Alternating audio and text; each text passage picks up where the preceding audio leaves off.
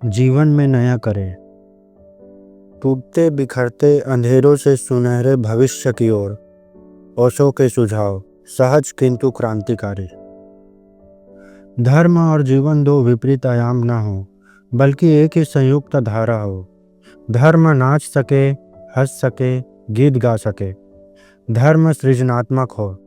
धर्म उनकी पूजा में जिनकी कुल कला अपने को सताने पर समाप्त हो जाती है, बंधा हुआ न रह जाए। जिनको तुम संत कहते हो, उनके मनोवैज्ञानिक इलाज की जरूरत थी। तुमने उनकी पूजा की है। भविष्य तुम पर हैरान होगा। तुमने विक्षिप्त लोगों की बजाय चिकित्सा के उनके शिक्षाओं को ग्रहण करने की कोशिश की। एक स्वस्थ धर्म एक स्वस्थ जीवन विरोधी नहीं हो सकते। वे दोनों एक गाड़ी के दो पहियों की भांति होंगे। उनमें से एक भी पहिया खो गया तो गाड़ी की गति रुक जाएगी। और अब तक यही हुआ। संतों के हाथों में एक पहिया था और उनके पूजकों के हाथों में एक पहिया था, तो गाड़ी चली ही नहीं, अटक कर खड़ी हो गई।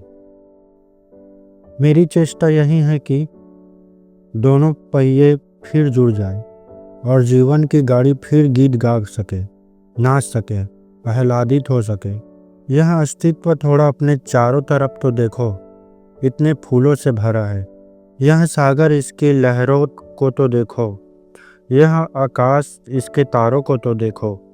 इनमें तुम्हारा एक भी साधु न मिलेगा और एक भी संत न मिलेगा। मैं तुम्हें इस विराट अस्तित्व के एक अंग की तरह जुड़ा हुआ देखना चाहता हूँ। मैं तुम्हारे भीतर भी तारे उगे हुए देखना चाहता हूँ, फूल खिले हुए देखना चाहता हूँ, लहरें उड़ती हुई देखना चाहता हूँ। निंदा का स्वर समाप्त हो और निंदा का युग समाप्त हो।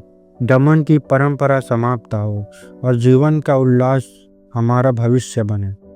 अगला अध्याय, परिवार में कला हकीम। नारी और शांति के संबंध में कुछ सूत्र समझना उपयोगी है। एक तो सबसे पहले यह समझना जरूरी है कि नारी का अब तक कोई व्यक्तित्व नहीं रहा है और पुरुष ने उसके व्यक्तित्व को मिटाने की भरसक चेष्टा की है। नारी या तो किसी की बेटी होती है, या किसी की बहन होती है, या किसी की पत्नी होती है। नारी का अपना होना नहीं है। विवाह हो तो उसका नाम भी पुरुष बदल डालते हैं, नया नाम रख लेते हैं। विवाह हो जाने के बाद उसका कोई तादात्म्य, उसकी सीधी कोई आइडेंटिटी अपने साथ नहीं होती है। वह किसी की श्रीमती हो जाती है और उसके परिचय में भी हम कहते हैं श्रीमती खन्ना या श्रीमती गुजर या कुछ। सीधा उसका कोई व्यक्तिगत समाज के समक्ष नहीं होता। बीच में पुरुष को लेकर ही उसका कोई अर्थ बनता है। पुराने शास्त्र कहते हैं कि जब तक वह कुंवारी हो तो पिता उसकी रक्षा करे, जब विवाह हो तो पति उसकी रक्षा करे, अगर वह वृद्ध हो जाए तो उसके बेटे उसकी रक्षा करे। लेकिन किसी भी स्थिति में उसका अपना कोई अस्तित्व स्वीकार नहीं किया गया है। नारी को समझने के लिए पहली बात समझना यह जरूरी है कि उसके पास व्यक्तित्व नहीं है, और जिसके पास व्यक्तित्व न हो वह शांति का आधार कभी भी नहीं बन सकती। जिसके पास व्यक्तित्व नहीं वह स्वयं इतना अशांत होगा कि वह शांति का आधार नहीं बनता। जीवन की बड़ी सी बड़ी शांति की उपलब्धि अपने व्यक्तित्व को पाने से शुरू होगी, और जिस दिन जो हम बनने की पैदा हुए हैं वही बन जाते हैं, उसी दिन मन प्रफुल्ल से भर जाता है। एक गुलाब का पौधा है, उसकी खुशी कब पूरी होती है, उसका आनंद कब प्रकट होता है? जब उसके फूल पूरी तरह खिल जाते हैं, जब आकाश की हवा को वह अपनी सुगंध को लुटा देती है, और जब सूरज की किरणों में उसके खिले हुए फूल नाच लेते हैं, और जब राह से गुजरने वाले अपरिचित राहगीर उसकी सुगंध को संगीत से भर जाते हैं, तब वह पौधा तृप्त हो जाता है। लेकिन जब तक किसी पौधे में फूल न आए तब तक उस पौधे में एक बेचैनी, एक अशांति बनी रहती है। नारी फूल को उपलब्ध ही नहीं हो पाती है क्योंकि उनका अस्तित्व ही अस्वीकृत है। उसके व्यक्तित्व को ही जगह नहीं है। अपनी हैसियत जब तक नारी को उपलब्ध नहीं हो तब तक नारी शांत नहीं हो सकती। और नारी की अशांति इतनी महंगी है जिसका हिसाब नहीं। यद्यपि पुरुष ने ही नारी का व्यक्तित्व छीना है और पुरुष से नारी के अशांत होने से 1000 गुना अशांत हो गया है, लेकिन उसे पता नहीं चलता कि उसने व्यक्तित्व छीना है, इसलिए इतनी अशांति है। बल्कि शायद तक यही कहता है, सभी मूल तर्क इसी भांति चलते हैं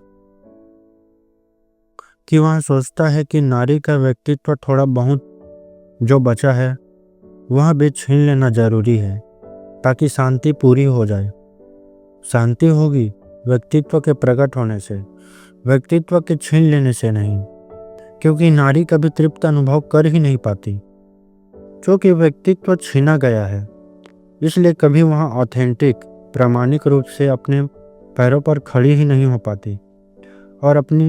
और हमने सारी व्यवस्था ऐसी की है कि वह खड़ी ना हो पाए।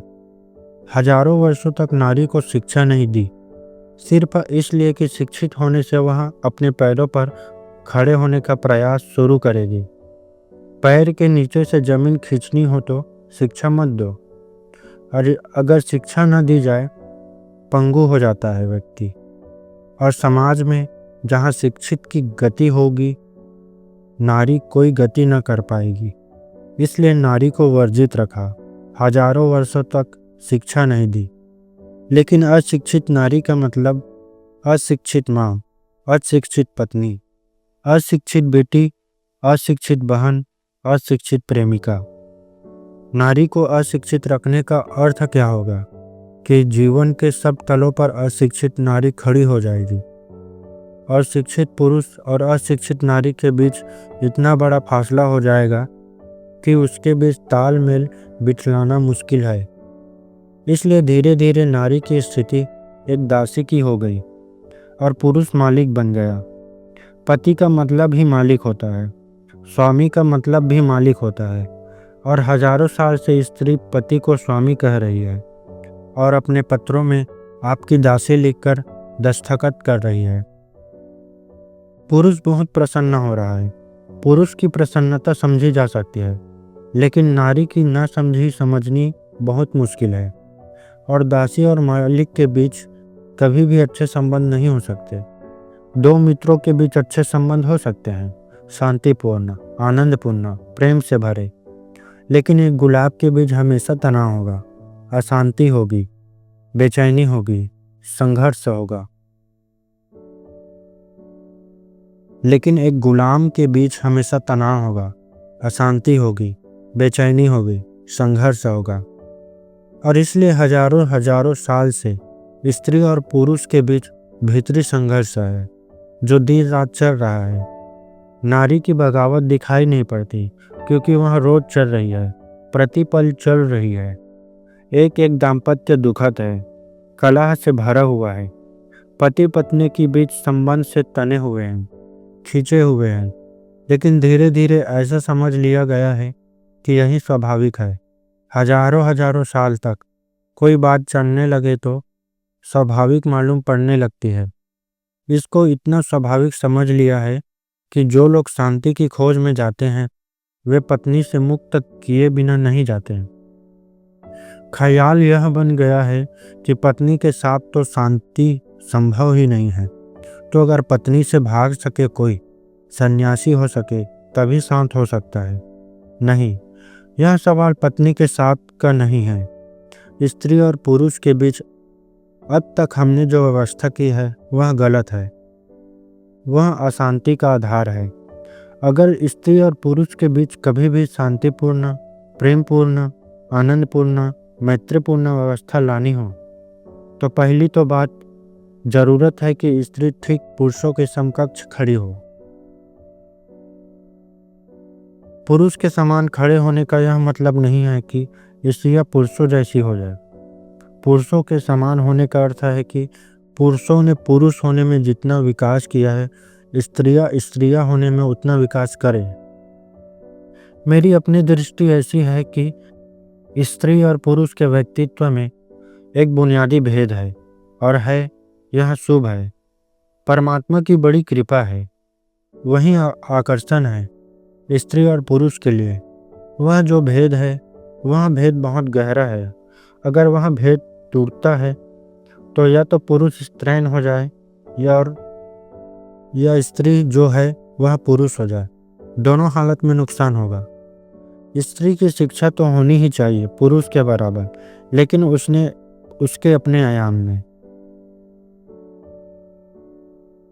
उसकी अपनी दिशा में।